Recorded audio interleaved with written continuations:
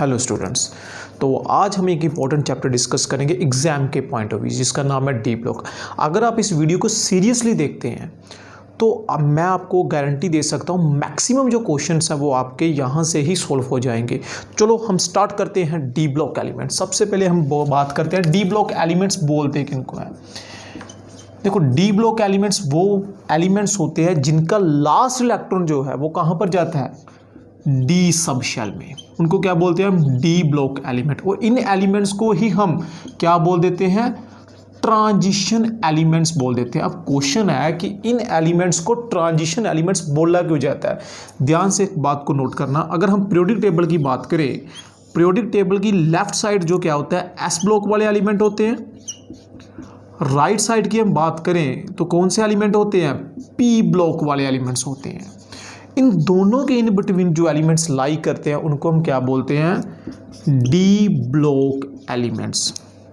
अब ध्यान से देखना, जो डी ब्लॉक एलिमेंट्स होते हैं इन दोनों के इन बिटवीन लाई करते हैं, जिस कारण डी ब्लॉक की कुछ प्रॉपर्टीज एस के साथ मैच करेंगी और कुछ प्रॉपर्टी किसके साथ मैच करेगी, पी के साथ मैच करेगी। इस कारण ही हम इनको क्या बोलते हैं, ट्रांजिशंस एलिमेंट्स बोलते हैं।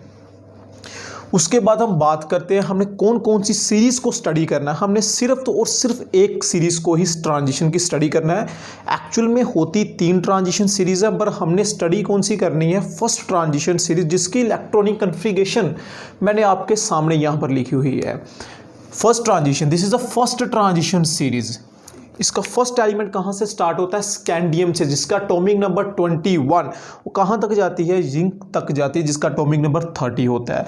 आपको जितने भी क्वेश्चंस आएंगे उसका आप सोल्यूशन दे सकते हैं अगर आपको इसकी इलेक्ट्रॉनिक कन्फिगरेशन आती है। सबसे पहले आपको इलेक्ट्रॉनिक कन्फिगरेशन आनी चाहिए। अब क्वेश्चन जो है, हम इस सीरीज को याद कैसे करेंगे, तो याद करने का सिंपल सा वे बताता हूँ मैं कैसे याद करना है इसको। एक छोटी सी ट्रिक है, सुनो, टी वी क्रो मत फै को नी कु जी। अगर आप इस तरह याद करेंगे तो आपको सीरीज इजीली याद हो जाएगी। कैसे याद करना है, सुनो, टी वी क्रो मत फेंको नी कु जी। सुनो मतलब स्कैंडियम, टी मतलब टाइटेनियम, वी मतलब वेडनियम, क्रो मतलब क्रोमियम, एम मतलब मैग्नीश, फैंग मतलब आयरन, को मतलब कोबाल्ट, नी मतलब निकल, कु मतलब कॉपर एंड जी मतलब जिंक। अगर आप इस तरह सीरीज को याद करेंगे तो आपका इजीली सीरीज याद होएगा। दूसरी बात, एक बात और नोट करनी है, क्रोमियम की इलेक्ट्रॉनिक कन्फिगरेशन ध्यान से देखना। Chromium and zinc, sorry, copper की, अगर आप क्रोमियम एंड कॉपर की इलेक्ट्रॉनिक कन्फिगरेशन देखते हैं तो आपको पता चलेगा बाकी सबके वैलेंस शेल में 4s2 4s2 4s2 है, बट अगर हम इन दोनों की बात करें तो इनके वैलेंस शेल में 4s1 और 4s1 है। आप इन दो केसेस को याद रखना, हम आगे जाकर डिस्कस करेंगे ऐसा क्यों हो रहा है। इस चीज़ को हम आगे जाकर डिस्कस करते हैं, पर आपको थोड़ा सा इस चीज़ को भी याद करना पड़ेगा। हम नेक्स्ट बात करते हैं। उसके बाद क्वेश्चन ये आता है कि अगर हम इन इलेक्ट्रॉनिक कन्फिगरेशन की बात करें, कुछ इलेक्ट्रॉन एस में जा रहे हैं, कुछ क्या जा रहे हैं, डी में जा रहे हैं। देखो यहाँ पर इलेक्ट्रॉन जो है 2 होने चाहिए, बट यहाँ पर 2 नहीं है। यहाँ पर एक इलेक्ट्रॉन जो था वो जंप कर चुका है किसमें, डी में। अब क्वेश्चन है कि यहाँ पर इलेक्ट्रॉनिक कन्फिगरेशन के क्या आ रही है, वेरिएशन आ रही है। कहीं पर एस में 2 इलेक्ट्रॉन है और कहीं पर एस में कितने इलेक्ट्रॉन है, 1 इलेक्ट्रॉन। अब क्वेश्चन पे एग्जाम में आता है कि ये क्यों हो रहा है, कि इनमें इलेक्ट्रॉनिक कन्फिगरेशन में वेरिएशन क्यों आ रही है। तो याद रखना, वेरिएशन का कारण सिंपल, चाहे वहाँ पर क्या देना है। अगर हम डी ब्लॉक, डी सब शेल की बात करें और एस सब शेल की बात करें, इन दोनों की एनर्जी डिफरेंस जो क्या होता है, बहुत ही क्या होता है, कम होता है, जिस कारण यहाँ से इलेक्ट्रॉन इजीली क्या कर जाता है, डी में जंप कर जाता है, जिस कारण यहाँ पर इरेगुलेशन आ रही है। इतना आपको याद करना पड़ेगा कि क्यों इरवेरिएशन आ रही है। यहाँ पर सिंपल सा रीज़न है कि एस की और डी की जो इलेक्ट्रॉनिक एनर्जी है वो क्या होती है, सिमिलर होती है, सेम होती है, बहुत कम डिफरेंस होता है, जिस कारण इलेक्ट्रॉन यहाँ से ईजिली क्या कर जाता है, जंप कर जाता है। इस कारण यहाँ पर कहीं पर एस में 2 इलेक्ट्रॉन है, कहीं पर एस में 1 इलेक्ट्रॉन। नेक्स्ट क्वेश्चन क्या बनता है, यहाँ से एक नेक्स्ट इलेक्ट्रॉन क्वेश्चन ये बनता है कि अगर हम जिंक की बात करें, जिंक को हम ट्रांजिशन एलिमेंट कंसीडर ही नहीं करते। जनरली हम जिंक को ट्रांजिशन एलिमेंट कंसीडर ही नहीं करते। यहाँ रीज़न देखना ध्यान से, रीज़न क्या है। अगर हम बात करें एक न्यू डेफिनेशन की, ट्रांजिशन एलिमेंट्स की डेफिनेशन क्या होती है। ट्रांजिशन एलिमेंट्स की डेफिनेशन होती है कि अगर हम किसी ट्रांजिशन एलिमेंट से इलेक्ट्रॉन, कितने इलेक्ट्रॉन, 2 इलेक्ट्रॉन को बाहर निकालने, उस निकालने के बाद डी में जो इलेक्ट्रॉन है वो कभी भी फुली फिल्ड नहीं होने चाहिए। अगर वहाँ पर इलेक्ट्रॉन हाफ फिल्ड है या फुली फिल्ड नहीं है तो हम क्या कहेंगे, वहाँ पर वो ट्रांजिशन एलिमेंट्स। एग्जाम्पल की बात करते हैं हम, अगर बात करें कॉपर की बात करते हैं, दिस इज अ कॉपर की इलेक्ट्रॉनिक कॉन्फ़िगरेशन है 3d10 4s1। हम कॉपर को क्या बोलते हैं, हम कॉपर को ट्रांजिशन एलिमेंट्स बोलते हैं। मैंने अभी क्या बताया, ट्रांजिशन एलिमेंट्स किनको बोलते हैं। अगर हम 2 इलेक्ट्रॉन बाहर से बाहर निकालने, डी में इलेक्ट्रॉन क्या होने चाहिए, 10 से कम होने चाहिए। यहाँ से 2 इलेक्ट्रॉन हम बाहर निकालते हैं, एक यहाँ से जाएगा, एक यहाँ से, जिसका D9 हो गया। अगर हम जिंक की बात करें तो जिंक की इलेक्ट्रॉनिक कॉन्फ़िगरेशन 4d10 4s2। अगर हम यहाँ से इलेक्ट्रॉन बाहर निकालें, यहाँ से 2 निकलेंगे पहले, यहाँ पर क्या देखो ध्यान से, यहाँ पर डी में कितने इलेक्ट्रॉन आ रहे हैं, यहाँ पर डी में 10 इलेक्ट्रॉन आ रहे हैं, जिस कारण इसको हम ट्रांजिशन एलिमेंट कंसीडर नहीं करते। क्योंकि हमने अभी बोला ट्रांजिशन एलिमेंट्स वो होते हैं यहाँ से हम 2 इलेक्ट्रॉन निकाल लें, वहाँ पर डी में इलेक्ट्रॉन 10 से कम होने चाहिए, बट यहाँ पर इलेक्ट्रॉन क्या है, 10 है, इस कारण हम इनको ट्रांजिशन एलिमेंट कंसीडर नहीं करते। बट अगर हम यहाँ से 2 इलेक्ट्रॉन बाहर निकाल लेते हैं तो ये क्या हो जाएगा, हमारा ट्रांजिशन एलिमेंट। क्यों, क्योंकि यहाँ पर इलेक्ट्रॉन 10 से कम है। और आप किसी भी एग्जाम्पल को कंसीडर कर सकते हैं, 2 इलेक्ट्रॉन निकालने के बाद डी 10 से इलेक्ट्रॉन कम होने चाहिए, तो हम उसको क्या बोलेंगे, ट्रांजिशन एलिमेंट्स बोलेंगे। नेक्स्ट हम बात करते हैं, इन कुछ प्रॉपर्टीज़ की बात करते हैं। सबसे पहले हम बात करते हैं साइज़ की, एटॉमिक साइज़ की बात करते हैं। एटॉमिक साइज़ कैसे वेरी करता है, देखो ध्यान से समझना इस चीज़ को। अगर हम एटॉमिक साइज़ की बात करें तो जैसे हम स्कैंडियम, ध्यान से देखना, जैसे हम स्कैंडियम से क्रोमियम की ओर मूव करते हैं, स्कैंडियम से क्रोमियम की ओर मूव करेंगे तो साइज़ क्या करेगा, हमारा डिक्रीज करेगा। बट जैसे ही हम क्रोमियम से नेक्स्ट मूव करते हैं कॉपर की ओर, तो हमारा जो साइज है एलिमेंट्स का वो क्या रह जाता है, यहाँ पर कांस्टेंट था, बहुत कम वेरिएशन देखने को मिलती है। बट अगर हम बात करें कॉपर से जिंक की ओर, तो साइज थोड़ा सा क्या करेगा, हमारा फिर से इंक्रीज करेगा। यहाँ पर 3 तरह की वेरिएशन देखने को मिल रही है साइज में। सबसे पहले साइज डिक्रीज कर रहा है, देन साइज फिर कांस्टेंट रह रहा है, उसके बाद साइज फिर क्या कर रहा है, इंक्रीज। अब इन तीनों के बारे में डिस्कस करते हैं कि साइज पहले डिक्रीज क्यों कर रहा है। अगर हम डिक्रीज करने की बात करें तो अगर मैं आपसे पूछूं, ये आपके पास न्यूक्लियस है, यहाँ पर इलेक्ट्रॉन है, 1 इलेक्ट्रॉन, यहाँ पर 2 इलेक्ट्रॉन, 3 इलेक्ट्रॉन। अगर आपसे पूछा जाए न्यूक्लियस और इलेक्ट्रॉन में इन तीनों में से सबसे ज़्यादा अट्रैक्शन कहाँ पर होगी, तो आप बोलेंगे यहाँ पर अट्रैक्शन सबसे ज़्यादा होगी, क्योंकि यहाँ पर 3 इलेक्ट्रॉन है जो क्या कर रहे हैं, इलेक्ट्रोस्टैटिक फोर्स दिखा रहे हैं न्यूक्लियस के, यहाँ पर अट्रैक्शन ज़्यादा। उसके बाद यहाँ पर उस सबसे कम का यहाँ पर है। इस केस में यहाँ पर भी तो यही हो रहा है। देखो ध्यान से, जैसे जैसे आप स्कैंडियम से क्रोमियम की ओर मूव कर रहे हैं तो आप देख रहे होंगे कि इलेक्ट्रॉन्स क्या कर रहे हैं, इंक्रीज कर रहे हैं। इलेक्ट्रॉन के इंक्रीज करने से क्या हो रहा है, यहाँ पर न्यूक्लियस और इलेक्ट्रॉन में अट्रैक्शन क्या कर रही है, इंक्रीज कर रही है। अट्रैक्शन क्या कर रही है, यहाँ पर इंक्रीज कर रही है, जिस कारण यहाँ पर साइज क्या हो रहा है, डिक्रीज हो रहा है। बट अगर हम यहाँ पर बात करें कि यहाँ पर अगर हम बात करें तो साइज कांस्टेंट क्यों रह रहा है, यहाँ पर साइज कांस्टेंट रहने का कारण क्या है कि जो न्यूक्लियर अट्रैक्शन है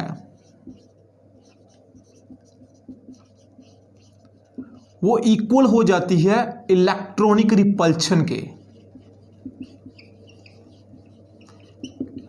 क्या मतलब है इस चीज का, देखो यहाँ पर जैसे जैसे आप इलेक्ट्रॉन इंक्रीज करें, जैसे जैसे इलेक्ट्रॉन यहाँ पर क्या करें, इंक्रीज करें, वैसे वैसे इलेक्ट्रॉन में क्या हो रही है, रिपल्शंस भी हो रही हैं।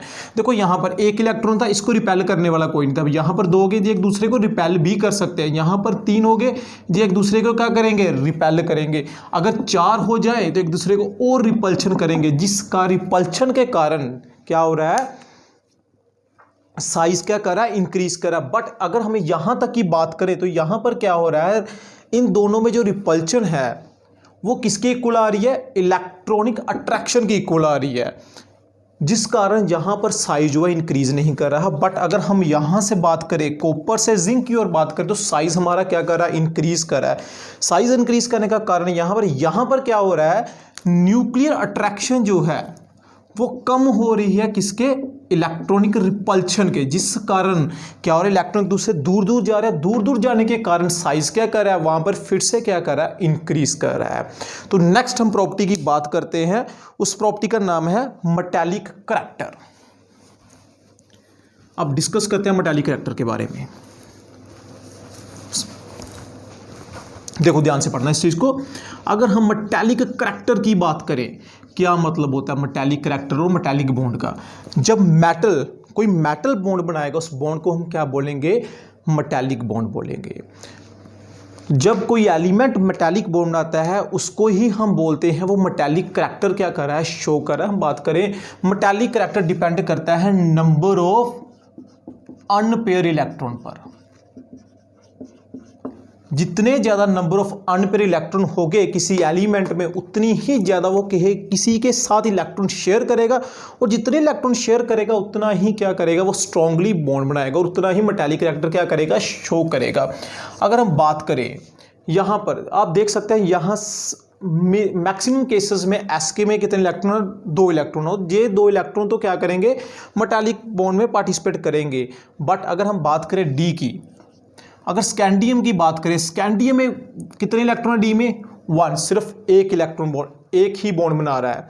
अगर हम यहां पर बात करें 2 इलेक्ट्रॉन है, यहां पर कितने, 3, 4, 5, 6, 7, 8, 10। इस तरह हम बात कर सकते हैं कि जैसे जैसे अनपेयर इलेक्ट्रॉन क्या करेंगे, इंक्रीज करेंगे, वैसे वैसे क्या होगा, वहां पर मेटालिक करैक्टर भी क्या करेगा, इंक्रीज करेगा, और वो सिस्टम जो होगा वो बहुत ज्यादा क्या होगा, स्ट्रॉन्ग। एग्जाम्पल की बात करते हैं, अगर हम आयरन की बात करें और बात करते हैं हम कोबाल्ट की, अगर आपसे पूछा जाए दोनों में स्ट्रॉन्ग कौन सा होगा, आयरन या कोबाल्ट, स्ट्रॉन्ग वही होगा जिसमें मेटालिक करैक्टर ज्यादा होगा, मतलब जिसमें मेटालिक बॉन्ड की फॉर्मेशन ज्यादा होगी। तो मेटालिक बॉन्ड की फॉर्मेशन कहां पर डिपेंड करती है, वो डिपेंड करती है नंबर ऑफ अनपेयर इलेक्ट्रॉन। अगर हम बात करें आयरन की बात करें, तो आयरन में हम सबसे पहले हम बात करेंगे डी की। आयरन के डी में कितने इलेक्ट्रॉन है, 6, 1, 2, 3, 4, 5 एंड 6। अगर हम बात करें कोबाल्ट के डी में कितने इलेक्ट्रॉन है, 7, 1, 2, 3, 4, 5, 6 एंड 7। अगर आप ध्यान से देखो, आयरन के वैलेंस शेल में डी की बात करें तो 5 कितने इलेक्ट्रॉन थे, 6 इलेक्ट्रॉन थे। यहां पर अगर आप देखें तो अनपेयर इलेक्ट्रॉन कितने हैं, 1, 2, 3, 4 इलेक्ट्रॉन कितने अनपेयर इलेक्ट्रॉन है।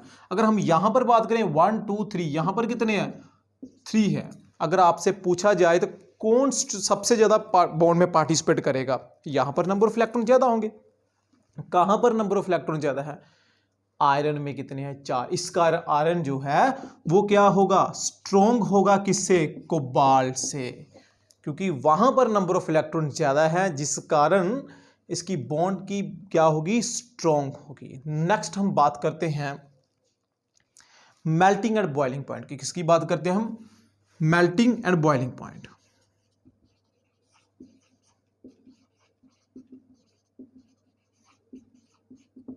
अब ध्यान से देखना, मेल्टिंग एंड बॉइलिंग पॉइंट भी जो होता है वो डिपेंड करता है नंबर ऑफ अनपेयर इलेक्ट्रॉन पर। जितने ज्यादा नंबर ऑफ अनपेयर इलेक्ट्रॉन होंगे उतनी ही ज्यादा क्या होगी, वहां पर मेटालिक बॉन्ड बनेगी। जितनी मेटालिक बॉन्ड बनेगी वैसे वैसे क्या होगा, मेल्टिंग एंड बॉइलिंग पॉइंट भी क्या करेगा, इंक्रीज करेगा। मतलब स्कैंडियम से, जैसे जनरली बात करते हैं, स्कैंडियम से जिंक की ओर मूव करेंगे तो नंबर ऑफ अनपेयर इलेक्ट्रॉन क्या करें, सबसे पहले यहां पर अगर डी की बात करें, 1 है, 2 है, मतलब नंबर ऑफ अनपेयर इलेक्ट्रॉन यहां तक तो क्या करें, इंक्रीज करें हैं। उसके बाद क्या करें, नंबर ऑफ अनपेयर इलेक्ट्रॉन क्या करते जाएंगे, डिक्रीज करते जाएंगे। इसका मतलब जैसे जैसे number of unpaired electron decrease करते जाएंगे वैसे वैसे क्या होगा, मेटालिक बॉन्ड नहीं बनेगी और मेल्टिंग पॉइंट भी क्या करता जाएगा, डिक्रीज करता जाएगा। बट अगर हम बात करें एमएन की, अगर इसके डी में बात करें, इसके डी में जो है 5 इलेक्ट्रॉन है। आप ध्यान से देख सकते हैं, एमएन के डी में कितने इलेक्ट्रॉन है, 5। इसका मतलब इसकी मेटालिक बॉन्ड जो है सबसे ज़्यादा स्ट्रॉन्ग होनी चाहिए और इसका मेल्टिंग एंड बॉइलिंग पॉइंट भी सबसे ज़्यादा स्ट्रॉन्ग होना चाहिए, बट ऐसा नहीं है। इसका मेल्टिंग एंड बॉइलिंग पॉइंट क्या होता है, लो होता है। रीज़न क्या है, ध्यान से देखना। इसका रीज़न ये है कि यहाँ पर जो डी है वो D5 की फॉर्म में है, मतलब आपको पता है हाफ फिल्ड इलेक्ट्रॉनिक कन्फिगरेशन हो या फिर फुली फिल्ड कन्फिगरेशन हो, वो क्या होती है, एक्स्ट्रा स्टेबल।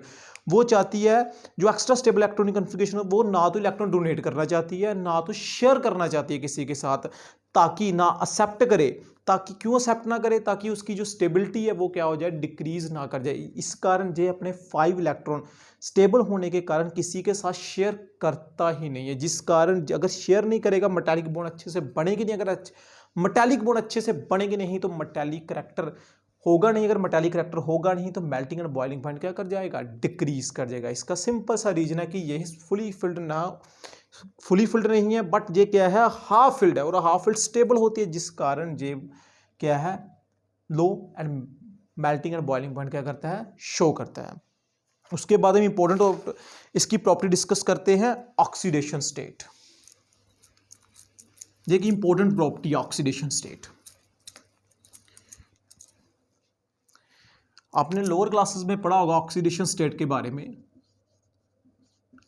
ऑक्सीडेशन स्टेट का सिंपल सा मतलब है कि अगर कोई इलेक्ट्रॉन लूज करता है तो उसके ऊपर जो चार्ज आएगा उसको हम क्या बोलते हैं, ऑक्सीडेशन स्टेट। इसका अगर आपको पूछा जाए इसकी ऑक्सीडेशन स्टेट क्या है, आप बोलेंगे +1 है, क्योंकि इसने एक इलेक्ट्रॉन क्या किया है, लूज किया है। जिसके ऊपर जितना चार्ज होगा पॉजिटिव उसको हम क्या बोलेंगे, oxidation state. But oxidation state को भी दो तरह से डिफाइन कराया जाता है, एक तो इलेक्ट्रॉन लूज करना, दूसरा कोवलेंट बॉन्ड के थ्रू।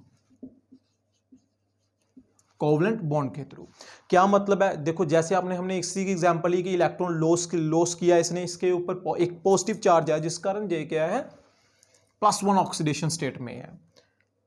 बट जैसे हम इनकी बात करें, इन कंसेप्ट्स की बात करें, इन एलिमेंट्स की बात करें, यहां पर Mn जो है वो +7 तक ऑक्सीडेशन स्टेट शो कर सकता। मतलब अगर हम इस कंसेप्ट से समझे कि उसने 7 इलेक्ट्रॉन लूज कर दिए अपने, ये तो पॉसिबल ही नहीं है, क्योंकि 7 इलेक्ट्रॉन किसी एलिमेंट से बाहर निकालना डिफिकल्ट है। इसका मतलब ये अपने 7 इलेक्ट्रॉन लॉस नहीं कर सकता, बट इसके ऊपर ऑक्सीडेशन स्टेट कितनी है, +7। इसका मतलब ये जो +7 ऑक्सीडेशन स्टेट किस कारण आई हुई है, कोवलेंट बॉन्ड के कारण। इसका मतलब यह है कि इसने अपने जो इलेक्ट्रॉन्स हैं, 7 इलेक्ट्रॉन्स हैं, उनको क्या किया, किसी के साथ शेयर किया हुआ है। इलेक्ट्रॉन शेयर करने के कारण इसके ऊपर कौन सा चार्ज आया है, +7 चार्ज आया है। इस कारण इसकी ऑक्सीडेशन स्टेट कौन सी होगी, +7 होगी। अगर हम बात करें, अगर आपसे क्वेश्चन में पूछा जाए, एक पास आपके पास आयरन 2 पॉजिटिव है, एक और आपके पास आयरन 3 पॉजिटिव है। अगर आपसे पूछा जाए इन दोनों की ऑक्सीडेशन स्टेट कौन सी स्टेबल होगी, ये वाला स्टेबल होगा या फिर ये ज़्यादा स्टेबल होगा, कैसे आप डिफाइन करेंगे, सबसे पहले हम इनकी इलेक्ट्रॉनिक कन्फिगरेशन लिखेंगे। अगर हम आयरन की इलेक्ट्रॉनिक कन्फिगरेशन की बात करें तो क्या होती है हमारे पास, 3d6 4s2 ये होती है। आयरन 2 की बात करते हैं, सबसे पहले आयरन 2 पॉजिटिव की बात की, यहां पर क्या बनेगा, d6। अगर यहां पर बात करें d5 इसको ऐसे लिखते हैं हम 1 2 3 4 5 6।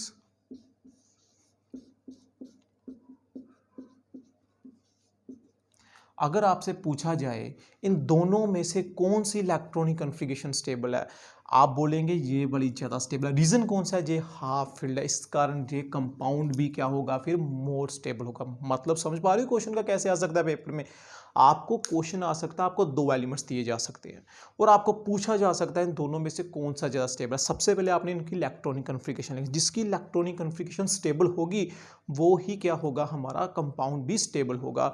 कौन कौन सी इलेक्ट्रॉनिक कन्फिगरेशन के कारण स्टेबल हो सकता है, जब D0 हो, D5 हो, D10 हो। अगर किसी की ये वाली तीनों में से कोई भी इलेक्ट्रॉनिक कन्फिगरेशन आ जाती है, इसका मतलब ये है कि वो कंपाउंड जो है हमारा क्या होगा, स्टेबल होगा। अगर हम एक एग्जांपल की और बात करते हैं आपके सामने, अगर हम बात करें, आपके पास एक और टाइटेनियम 4 पॉजिटिव है और दूसरी और टाइटेनियम 3 पॉजिटिव है। अगर पूछा जाए इन दोनों में से कौन ज़्यादा स्टेबल होगा तो आप बता सकते हैं। तो सबसे पहले इन दोनों की इलेक्ट्रॉनिक कॉन्फ़िगरेशन, टाइटेनियम की इलेक्ट्रॉनिक कॉन्फ़िगरेशन है 3d2 4s2। यहाँ पर कितने इलेक्ट्रॉन कम है? 4 इलेक्ट्रॉन निकालो, बाहर कितना आएगा? d0, यही बन जाएगा। अगर हम यहाँ की बात करें तो यहाँ पर क्या बढ़ेगा? 3d1 बन जाएगा। जो यहाँ से 4 इलेक्ट्रॉन निकालो, d0 हो गया, कोई इलेक्ट्रॉन बचा नहीं। अगर हम यहाँ से बात करें तो यहाँ पर d1, मैंने अभी बोला है d0 बन जाए, d5 बन जाए और d10 बन जाए, इनमें से कोई भी अगर इलेक्ट्रॉनिक कॉन्फ़िगरेशन बन जाए तो वो क्या होती है? स्टेबल। यहाँ पर d0 बन रहा है, इस कारण ये कंपाउंड हमारा क्या होगा? फिर ज़्यादा स्टेबल होगा। अब क्वेश्चन ये आता है कि अगर हम Mn की बात करें, अभी मैंने बोला है +7 ऑक्सीडेशन स्टेट करता है, बट अब ध्यान से क्वेश्चन समझना, Mn +7 ऑक्सीडेशन स्टेट ऑक्सीजन के साथ शो करता है, फ्लोरीन के साथ शो नहीं कर पाता। ध्यान से समझना, अगर Mn के साथ ऑक्सीजन लगा होगा तो ही यह +7 ऑक्सीडेशन स्टेट शो कर पाएगा। अदरवाइज अगर इसके साथ फ्लोरीन लगा होगा तो ये कभी भी इलेक्ट्रॉनिक स्टेट जो कौन सी +7 जो है ऑक्सीडेशन स्टेट शो ही नहीं कर पाएगा। अब इसके पीछे रीजन क्या है? ध्यान से देखना। देखो, इसने ध्यान से समझने चीज को, ऑक्सीजन है और फ्लोरीन है, दोनों में से अगर आपसे पूछा जाए साइज किसका बड़ा होता है, आप बोलेंगे ऑक्सीजन का साइज बड़ा होता है। किससे? फ्लोरीन से। और बात मेरी अब ध्यान से सुनना, देखो 7 इलेक्ट्रॉन शेयर करने हैं Mn ने, ठीक है। अगर 7 इलेक्ट्रॉन शेयर करने हैं, जिसके साथ शेयर करें उसका साइज भी तो बड़ा होना चाहिए। साइज बड़ा होने का मतलब वो कम से कम उसके साथ बॉन्ड तो बना पाए। अगर साइज बड़ा होगा तभी तो बॉन्ड फॉर्म करेगा, अगर साइज छोटा होगा तो वो बॉन्ड ही फॉर्म नहीं कर पाएगा। अब ध्यान से देखना आंसर इसका, ऑक्सीजन और फ्लोरीन में से ऑक्सीजन का साइज बड़ा होता है, जिस कारण ये p-pi-d-pi बॉन्ड फॉर्म कर लेता है। बट अगर इसका साइज की बात करें, साइज छोटा होने के कारण p-pi-d-pi बॉन्ड फॉर्म ही नहीं कर पाता, जिस कारण जो है Mn हमेशा जो है +7 ऑक्सीडेशन स्टेट किसके साथ शो करेगा? ऑक्सीजन के साथ ही शो करेगा, फ्लोरीन के साथ शो नहीं कर पाता, क्योंकि साइज छोटा और p-pi-d-pi बना नहीं पाता। नेक्स्ट हम कुछ प्रॉपर्टीज की और डिस्कस करते हैं।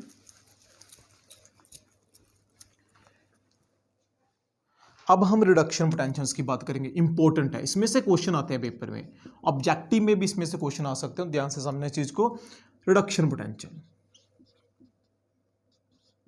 रिडक्शन पोटेंशियल एक बार नोट करना, अगर रिडक्शन पोटेंशियल लेस होगा और मोर होगा, जो आपको मैथमेटिकल वैल्यूज गिवन होंगी एग्जाम में, अगर वैल्यू लेस हो और मोर हो तो जिसकी वैल्यू कम होगी उसकी क्या होगी? ऑक्सीडेशन, और जिसकी वैल्यू मोर होगी उसकी क्या होगी? रिडक्शन। क्या मतलब? अभी डिस्कस करते हैं चीज को। मान लो आपको एलिमेंट एक ए गिवन है, एक बी गिवन है, एक की वैल्यू 1.21 है, एक की -2.7 है। अगर आपसे पूछा जाए इन दोनों में से ऑक्सीडेशन किसकी होगी तो आप क्या बोलोगे? अभी मैंने यहां पर बोला है रिडक्शन पोटेंशियल, जिसकी वैल्यू लेस होगी उसकी क्या होगी? ऑक्सीडेशन। दोनों में से कंपेयर करो, किसकी वैल्यू कम है? इसकी वैल्यू कम है, जिस कारण ऑक्सीडेशन किसकी होगी? फिर इसकी ऑक्सीडेशन होगी और इसकी क्या होगी? हमारी रिडक्शन होगी। मतलब इसकी ऑक्सीडेशन हो रही है, मतलब ये क्या एक्ट कर रहा है? रिड्यूसिंग एजेंट एक्ट कर रहा है। और ये क्या कर रहा है? हमारा ऑक्सीडाइजिंग एजेंट एक्ट। पेपर में पूछा जाता है कि ये ऑक्सीडाइजिंग एजेंट क्यों एक्ट कर रहा है और रिड्यूसिंग एजेंट क्यों एक्ट कर रहा है। अब क्वेश्चन पता क्या आता है इसमें? क्वेश्चन और भी पूछ सकते हैं कि अगर हम डी ब्लॉक वाले एलिमेंट्स की बात करें तो वहां पर देखोगे कि मैक्सिमम केसेस में वैल्यू जो है नेगेटिव आती है। बट अगर हम बात करें कॉपर की, भाई कॉपर की वैल्यू जो है वो क्या आ जाती है हमारे पास? पॉजिटिव आ जाती है।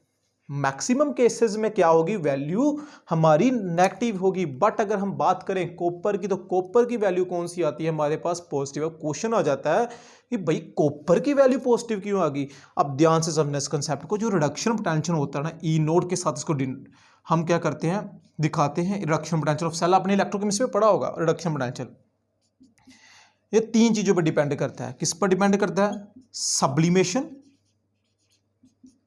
प्लस हाइड्रेशन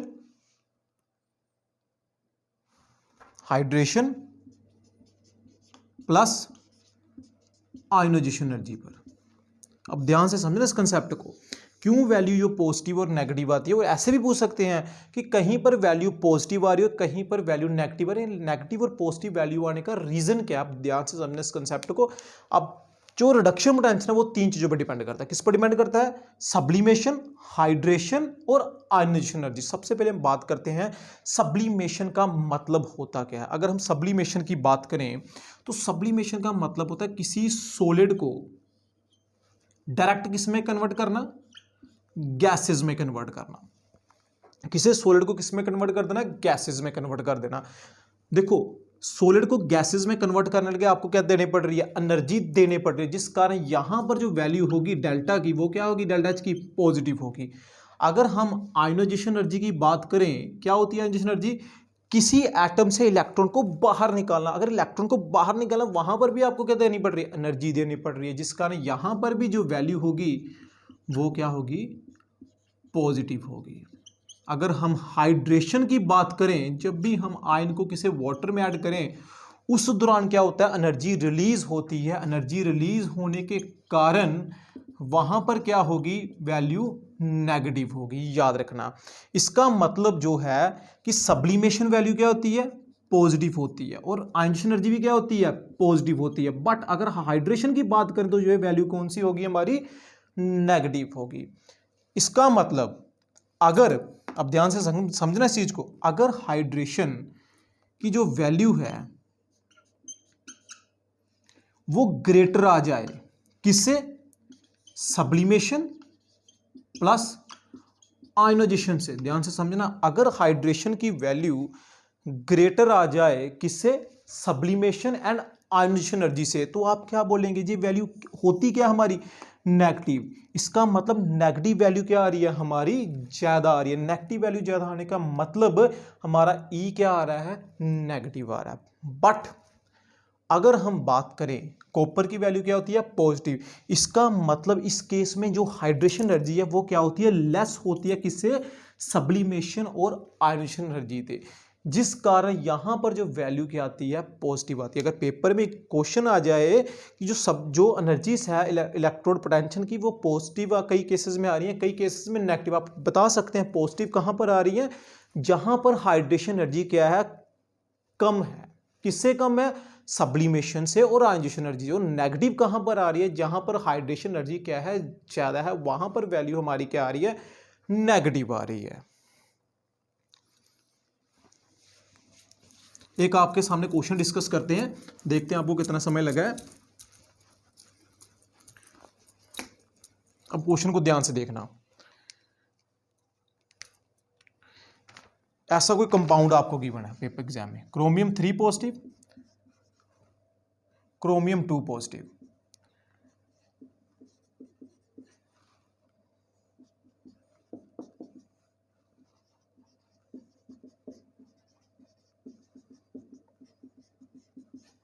अब आपसे पूछा जाता है इन दोनों में से किसकी ऑक्सीडेशन होगी या किसकी रिडक्शन होगी, या इस तरह पूछ सकते हैं कौन सा ऑक्सीडाइजिंग एजेंट एक्ट करेगा और कौन सा रिड्यूसिंग एजेंट एक्ट करेगा। तो आपने करना कुछ नहीं है, सबसे पहले आपने क्या देखनी है? किसकी वैल्यू कम है? जिसकी वैल्यू कम होगी उसकी क्या होगी? ऑक्सीडेशन। दोनों में से वैल्यू किसकी कम है? इसकी वैल्यू कम है। क्यों कम है? क्योंकि ये नेगेटिव में है, ये वैल्यू क्या है? लेस है। और ये वैल्यू कौन सी है? मोर है, जिस कारण इसकी क्या होगी? ऑक्सीडेशन। और इसकी क्या होगी बेटा? रिडक्शन। यहां पर रिडक्शन होने के कारण ये क्या एक्ट करेगा हमारा? फिर ऑक्सीडाइजिंग एजेंट। और ये हमारा क्या एक्ट करेगा? Reducing agent. इस तरह के क्वेश्चंस पेपर में आते हैं। अब इंपॉर्टेंट टॉपिक एक और, कलर के ऊपर क्वेश्चन पूछे जाते हैं कि मैक्सिमम केसेस में देखा गया है जो डी ब्लॉक वाले एलिमेंट्स होते हैं वो कलर शो कर देते हैं। अब कलर डिपेंड किस पर करता है? कलर आता कैसे? ध्यान से देखना। अगर आप जब भी इस चैप्टर के बाद जब हम कोऑर्डिनेशन केमिस्ट्री पढ़ेंगे वहां पर हम कलर की पूरा देखेंगे कलर ऐसा आता कैसे है। तो हम सिर्फ जहां पर जर्नल से एक आइडिया लेते हैं कलर आता कैसे है। देखो, डी ब्लॉक और डी ब्लॉक एलिमेंट्स की बात करें, ये दो पार्ट में डिवाइड होता है, T2G और EG। जो डी सब शेल होता है दो पार्ट में डिवाइड होता है, एक को हम T2G बोलते हैं, दूसरे को हम बोलते हैं EG। कहाँ से आया अभी आपको इस चीज़ के बारे में सोचना नहीं है, जी हम जो कोऑर्डिनेशन पढ़ेंगे तब देखेंगे। होता क्या है, यहाँ से जब भी इलेक्ट्रॉन लोअर स्टेट से हायर स्टेट में जाता है, कोई एनर्जी एब्जॉर्ब करेगा तभी लोअर स्टेट से हायर स्टेट जाएगा, और जब वो लोअर हायर स्टेट से लोअर स्टेट आएगा वापस में, तो एक एनर्जी जो क्या करेगा, अमिट करेगा। जो एनर्जी अमिट करेगा उसकी कुछ ना कुछ वेवलेंथ होगी, वहां से ही कलर आएगा। समझ पा रहे हो? कलर अगर पूछा जाए कलर क्यों आता है, देखो यहां पर जे जो एलिमेंट है, जे भी डी ब्लॉक होगा, डी सब शेल है, और जे भी कौन सा है, डी सब शेल है। मतलब अगर पूछा जाए आपसे कि कलर क्यों आता है, आपने क्या बोलना है, D D transition. D D क्या हो रही है वहां पर, डी डी ट्रांजिशन, मतलब डी से इलेक्ट्रॉन कहां पर जा रहा है, डी में ही जा रहा है, डी से इलेक्ट्रॉन डी में ही जा रहा है, इसका हम डी, इसको क्या बोलते हैं, डी डी ट्रांजिशन। अब एक बात और नोट करनी है, अगर इलेक्ट्रॉन होगा तभी जंप करेगा, अगर इलेक्ट्रॉन नहीं होगा तो जंप नहीं करेगा। होगा नहीं होगा का मतलब क्या है, सिंपल सा मीनिंग है, अगर वहां पर अनपेयर्ड इलेक्ट्रॉन प्रेजेंट है, अगर वहां पर अनपेयर्ड इलेक्ट्रॉन प्रेजेंट है तो वहां पर क्या होगा, कलर आएगा। अगर वहां पर कोई भी अनपेयर्ड इलेक्ट्रॉन प्रेजेंट नहीं है तो किसी भी तरह का कलर नहीं आएगा। हम एग्जाम्पल से डिस्कस करते हैं, इस एग्जाम्पल को ध्यान से देखना आप।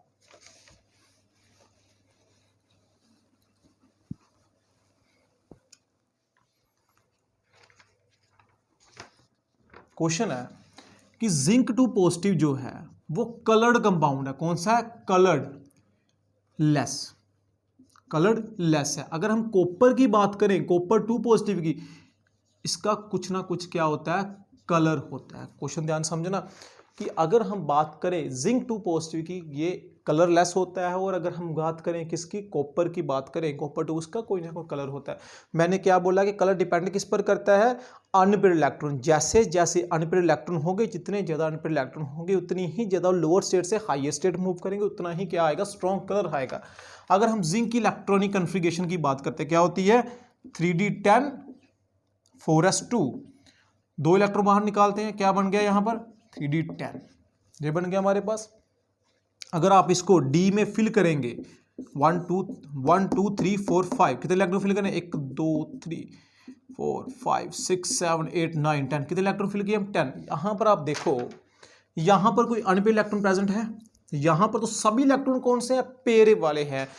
पेयर वाले होने के कारण इलेक्ट्रॉन जंप ही नहीं कर पा रहे, क्योंकि अगर यहां पर अनपेयर्ड इलेक्ट्रॉन होता, कोई सिंगल इलेक्ट्रॉन होता, तभी तो वो जंप करता, तो तभी तो वो कलर शो करता। बट यहां पर किसी भी तरह का अनपेयर्ड नहीं है और कलर शो नहीं करेगा। बट अगर हम बात करें कॉपर की बात करते हैं, इसकी इलेक्ट्रॉनिक में 3d10 4s1 होती है, इसमें से 2 इलेक्ट्रॉन बाहर निकालो, क्या बन जाएगा, 3d9 बन गया। अगर 3d9 बन गया, इलेक्ट्रॉन फिल करो, 1 2 3 4 5 6 7 8 9, तो यहां पर आप नोट कर सकते हैं, यहां पर सिर्फ एक इलेक्ट्रॉन है, कौन सा, अनपेयर। यहां पर सभी पेयर थे, यहां पर एक अनपेयर इलेक्ट्रॉन, जिस कारण जब हम एनर्जी बाहर से प्रोवाइड करेंगे, ये ही इलेक्ट्रॉन जो लोअर स्टेट से हायर स्टेट मूव करेगा, जिस कारण ये कलर शो करेगा। आपको समझ लग गया होगा कि अगर कलर से क्वेश्चन आ जाए, सबसे पहले आपने इलेक्ट्रॉनिक कन्फिगरेशन लिखना, देखना है कि वहां पर कोई अनपेयर इलेक्ट्रॉन प्रेजेंट है। अगर वहां पर अनपेयर इलेक्ट्रॉन प्रेजेंट नहीं है तो आपने वहां पर क्या बोलना है कि वहां पर किसी भी तरह का कोई कलर शो नहीं होगा। अब हम बात करते हैं मैग्नेटिक मूवमेंट की। किसकी बात करनी है, अभी इंपॉर्टेंट टॉपिक है, इसमें से भी क्वेश्चन पूछ सकते हैं आपको। मैग्नेटिक मूवमेंट की बात करते हैं, आपको एक जर्नल से फॉर्मूला सो है याद करना पड़ेगा मैग्नेटिक मूवमेंट के लिए। म्यू से रिप्रेजेंट करते हैं मैग्नेटिक मूवमेंट को, फॉर्मूला √n+2। n का क्या मतलब है, यहां पर n का मतलब है नंबर ऑफ अनपेयर इलेक्ट्रॉन। क्या मतलब है इसका, number of unpaired electron. For example की बात करें, हम स्कैंडियम की अगर बात करें, अगर हम स्कैंडियम की बात करें, अगर आपसे पूछा जाए स्कैंडियम की जो मैग्नेटिक मूवमेंट है वो क्या होगी, तो आप देख सकते हैं यहां पर अनपेयर इलेक्ट्रॉन कितने हैं, डी में सिर्फ 1 इलेक्ट्रॉन, तो यहां पर आपने कितने फिल करने हैं, अनपेयर इलेक्ट्रॉन चेक करने हैं, अनपेयर डी है ना, देखो एस को नहीं देखना, 1 ये आगे, कितने अनपेयर इलेक्ट्रॉन है यहां पर, सिर्फ 1, इसका फिल करो, 1 1+1 कितना हो गया, सॉरी 2, कितना हो गया, √3। इसकी मैग्नेटिक मूवमेंट होगी, ये इसकी क्या होगी, मैग्नेटिक मूवमेंट होगी। नेक्स्ट हम और डिस्कस करते हैं, अगर हम बात करें टाइटेनियम की बात करते हैं, अगर आपसे पूछा जाए स्कैंडियम 3 पॉजिटिव की मैग्नेटिक मूवमेंट बताओ। इसकी इलेक्ट्रॉनिक कॉन्फ़िगरेशन क्या होती है? 3d10 3d1 sorry 4s2, 3 electron बाहर निकाले 3d0 हो गया। इसमें कोई इलेक्ट्रॉन है नहीं है, जिस कारण n की वैल्यू क्या होगी हमारे पास 0। ओवरऑल आंसर क्या आ जाएगा बेटा 0। अगर आंसर आ गया 0 इसका मतलब इसकी कोई भी मैग्नेटिक मूवमेंट नहीं है। अगर हम बात करें टाइटेनियम की, किसकी बात कर रहे हैं? अगर हम टाइटेनियम की बात करते हैं, टाइटेनियम 2 पॉजिटिव की बात करते हैं, 2 पॉजिटिव की बात करते हैं और साथ में टाइटेनियम 3 पॉजिटिव की बात करते हैं। अगर आपसे पूछा जाए इन दोनों में से मैग्नेटिक मूवमेंट किसकी ज्यादा होगी, तो आपने सबसे पहले क्या लिखना है? टाइटेनियम की इलेक्ट्रॉनिक कॉन्फ़िगरेशन लिखो, क्या होगी 3d2 4s2, ये होगी। टाइटेनियम 2 पॉजिटिव की बात करते हैं, क्या हो गया 3d2। यहां पर 3 पॉजिटिव की बात करते हैं, क्या बन जाए 3d1। यहां पर कितने इलेक्ट्रॉन एम्पेयर ऐसे फिल करके देख सकते हो आप 2। अगर हम यहां पर बात करें तो यहां पर कितने हो सकते हैं? 1 इलेक्ट्रॉन फिल करो 2। यहां पर देखो कितने हैं, सॉल्व करोगे इसकी वैल्यू क्या होगी? ज्यादा होगी इसके कंपेयर। सो इसका मैग्नेटिक मूवमेंट क्या होगा? ज्यादा होगा। जब भी मैग्नेटिक मूवमेंट आ जाए आपने क्या करना? अनपेयर इलेक्ट्रॉन को फिल करना। जैसे हम बात करते हैं, अगर हम बात करें जिंक की, जिंक 2 पॉजिटिव, अगर आपसे पूछा है जिंक 2 पॉजिटिव की मैग्नेटिक मूवमेंट क्या होगी, तो जिंक की इलेक्ट्रॉनिक कॉन्फ़िगरेशन क्या होती है? 3d10 4s2, 2 इलेक्ट्रॉन निकालो बाहर, क्या बन जाएगा 3d10 बन जाएगा। अगर आपसे इसमें कोई अनपेयर इलेक्ट्रॉन प्रेजेंट है, ध्यान से देखो जल्दी से, इसमें किसी भी तरह का अनपेयर इलेक्ट्रॉन प्रेजेंट नहीं है। अनपेयर इलेक्ट्रॉन अगर प्रेजेंट नहीं है तो यहां पर मैग्नेटिक मूवमेंट क्या होगी? फिर 0 होगी। आपको इतना तो पता चल गया होगा। नेक्स्ट एक लास्ट टॉपिक छोटा सा है, उसमें से कई बार क्वेश्चन आ जा सकते हैं कि जो डी ब्लॉक वाले एलिमेंट हैं वो कैटालिटिक, कौन सी प्रॉपर्टी? कैटालिटिक प्रॉपर्टीज को क्या करते हैं? शो करते हैं। तो कैटालिटिक प्रॉपर्टी का मतलब क्या था? जब हम कोऑर्डिनेशन पढ़ेंगे इसको आप और डिटेल से पढ़ेंगे, और यहाँ पर जनरल सा आइडिया लेते हैं सिंपल सा कि ये कैटालिटिक प्रॉपर्टी क्यों शो करते हैं। रीजन सिंपल है, स्मॉल साइज के कारण। दूसरा नंबर ऑफ अनपेयर इलेक्ट्रॉन के कारण, प्लस ये कौन सी बॉन्ड बनाते हैं? मेटालिक बॉन्ड फॉर्म करते हैं। मेटालिक बॉन्ड फॉर्म करने के कारण ये कौन सी प्रॉपर्टी शो करते हैं? कैटालिटिक प्रॉपर्टी शो करते हैं। अगर आप इस लेक्चर को ध्यान से, जो मैंने करवाया इसको ध्यान से पढ़ेंगे एक बार, तो मैं आपको बता सकता हूं इससे बाहर कभी भी बोर्ड का क्वेश्चन नहीं आएगा। अगर आप वीडियो अच्छी लगी हो तो वीडियो को लाइक एंड चैनल को सब्सक्राइब कीजिए। Thank you.